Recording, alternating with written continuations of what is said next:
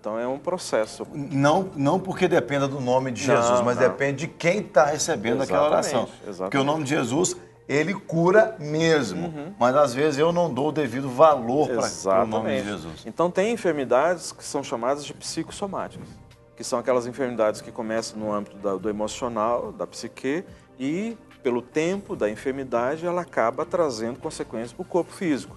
Aí nós temos uma série de enfermidades já constatadas e pesquisadas e comprovadas que são eminentemente enfermidades pela alma.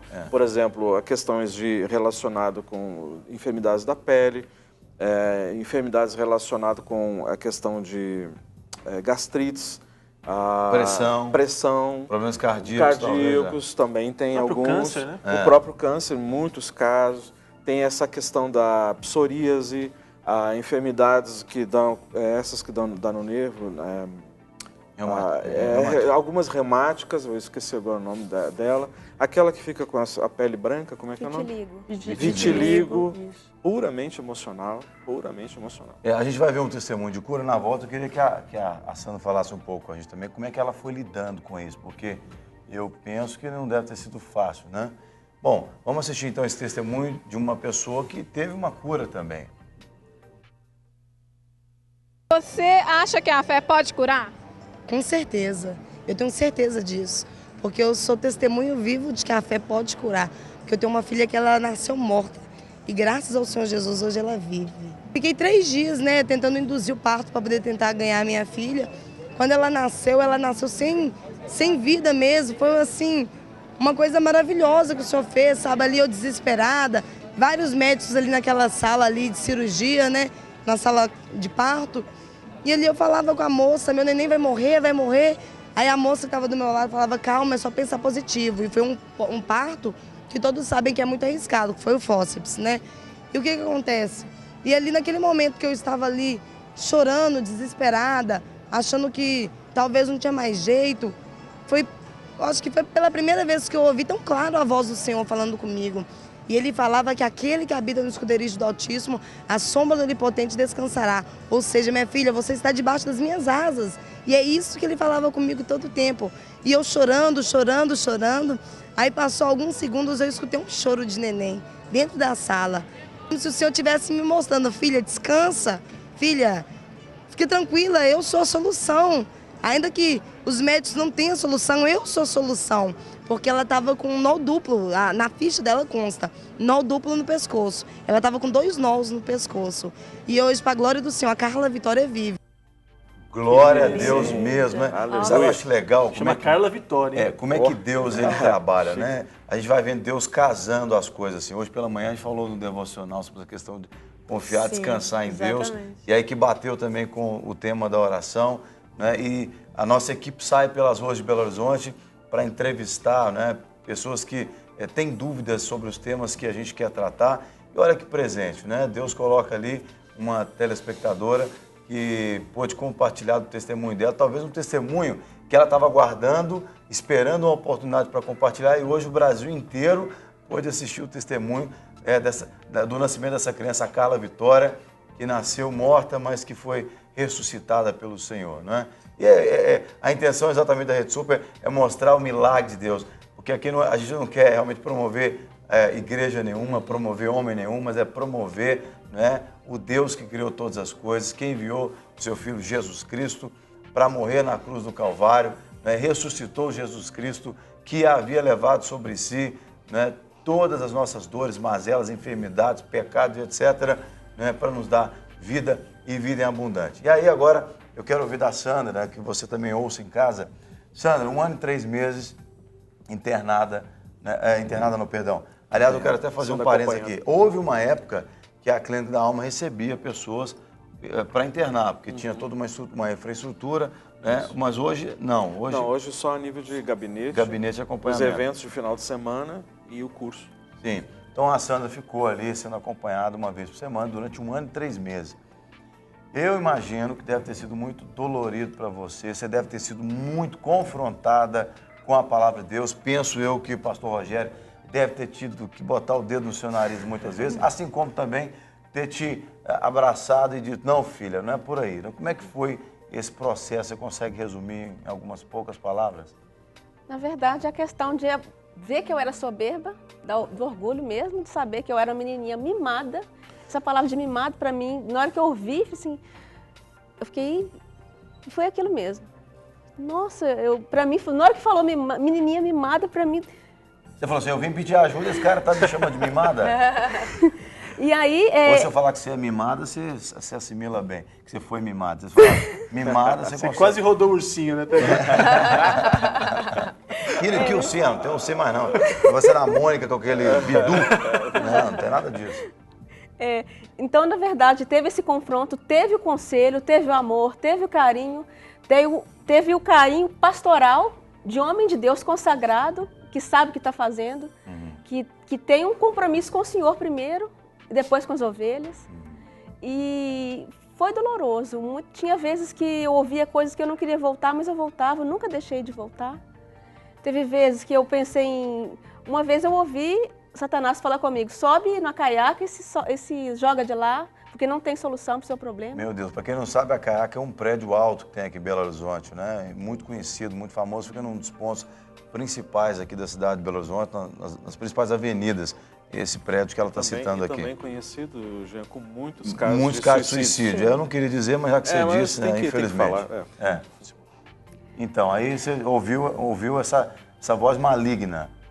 E aí eu tinha discernimento da voz de Deus e da voz do inimigo.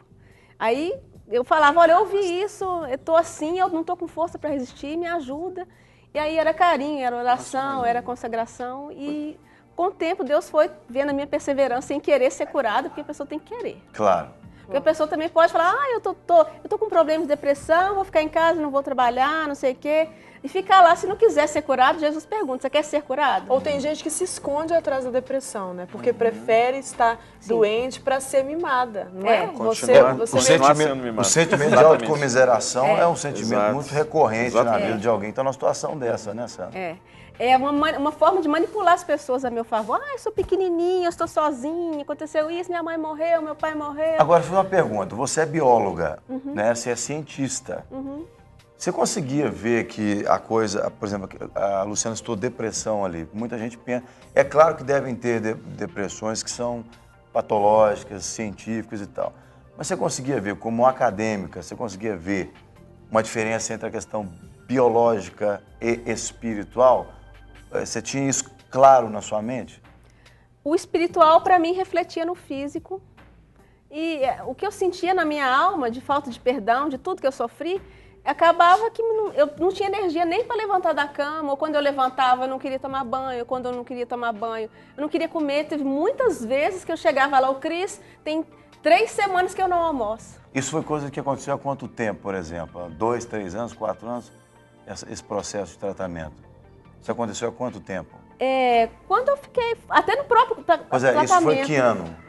A gente foi agora que eu fui. Você está finalizando o processo. Já terminou. Desculpa a pergunta, mas você está com quantos anos? 36. Quer dizer, uma moça de 36 anos, né? Uma moça bonita, inteligente, tem um título de mestre, tem mestrado pela UFMG, é uma das principais faculdades do Brasil, né?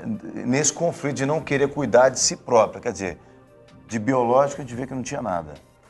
Não, eu via que era espiritual, porque eu sentia que o bicho, o animal, o Satanás queria me matar pela inanição. Se eu não comesse, eu não teria força para buscar Deus, aí eu morreria. Era isso. E aí, qual foi, vamos dizer assim, o pontapé final que você falou assim, eu consegui tirar a minha vida desse poço, né? Quando foi o clique que você falou assim, opa, entendi o que o pastor Rogério e a equipe está tentando me dizer há 1 ano e 3 meses? Em janeiro, eu falei com a Cris que eu discernia tudo e tinha aceitado tudo aquilo que tinha sido falado de mim, que eu não aceitava para mim. Eu tinha o direito de ser como eu era assim mesmo e quando eu aceitei, falei, Deus, eu me arrependo porque eu fui orgulhosa e não deixei o Senhor tomar o controle da minha vida. Eu era convencida, não era convertida e minha vida eu entrego ao Senhor. O que o Senhor quiser fazer de mim, estou aqui. E aí, passou a ter aquela vontade de viver. E vou falar mais uma vez, o meu ministério por Israel. Eu amo Israel. E quando Deus sempre... Às vezes Deus fala isso com Israel para ter ânimo, ter força, que ele não foi abandonado por Deus. Eu sempre falo para as pessoas, Esse meu ministério me deu vida. Quando eu aceitei o ministério e vivo para isso. Deus me fez para isso.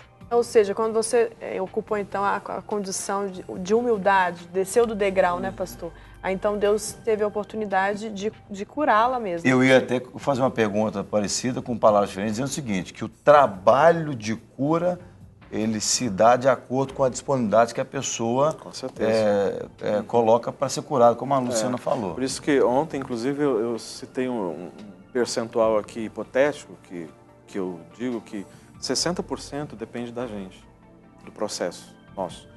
Não que exista esse percentual, eu volto a falar hipoteticamente. 40% é intervenção divina. Porque se eu quero mudança, eu tenho que tomar a iniciativa. Eu tenho que dar o primeiro passo. Quando o Senhor confrontou Elias, que tinha entrado na caverna depois de ser ameaçado por Jezabel, o Senhor não entrou dentro da caverna. O Senhor falou com Elias da caverna, na porta da caverna. O que você está fazendo aí? Sobrou apenas eu, estou aqui. Quem disse? Tem 7.000 que ainda não se dobraram. Então o Senhor falou para ele, sai do lugar que você escolheu estar, que você escolheu. Ou seja, com as tuas próprias pernas você entrou nessa condição, pelas tuas próprias pernas você vai sair da caverna, volta para o deserto de Damasco e vai cumprir o que eu te mandei para fazer. Não é? Então, ou seja, Deus confrontou Elias, está com medo, você enfrentou lá os profetas de Baal, eu te capacitei, agora com uma ameaça de Jezabel você sai correndo. Não é? Então, ou seja, veio que autocomiseração, tadinho de mim, apenas eu que sobrei. Não. Então o Senhor confrontou, volta e vai cumprir, por 40 dias ele foi. Porque Deus sabe, exatamente porque Deus sabe da capacidade que cada indivíduo tem. Claro. Quer dizer, Deus não capacitou o cara só pelas metades. A Bíblia fala que nós não recebemos, né, só uma porção do Espírito de Deus, nós recebemos realmente sem limite o Espírito de Deus, e não é espírito de medo, né?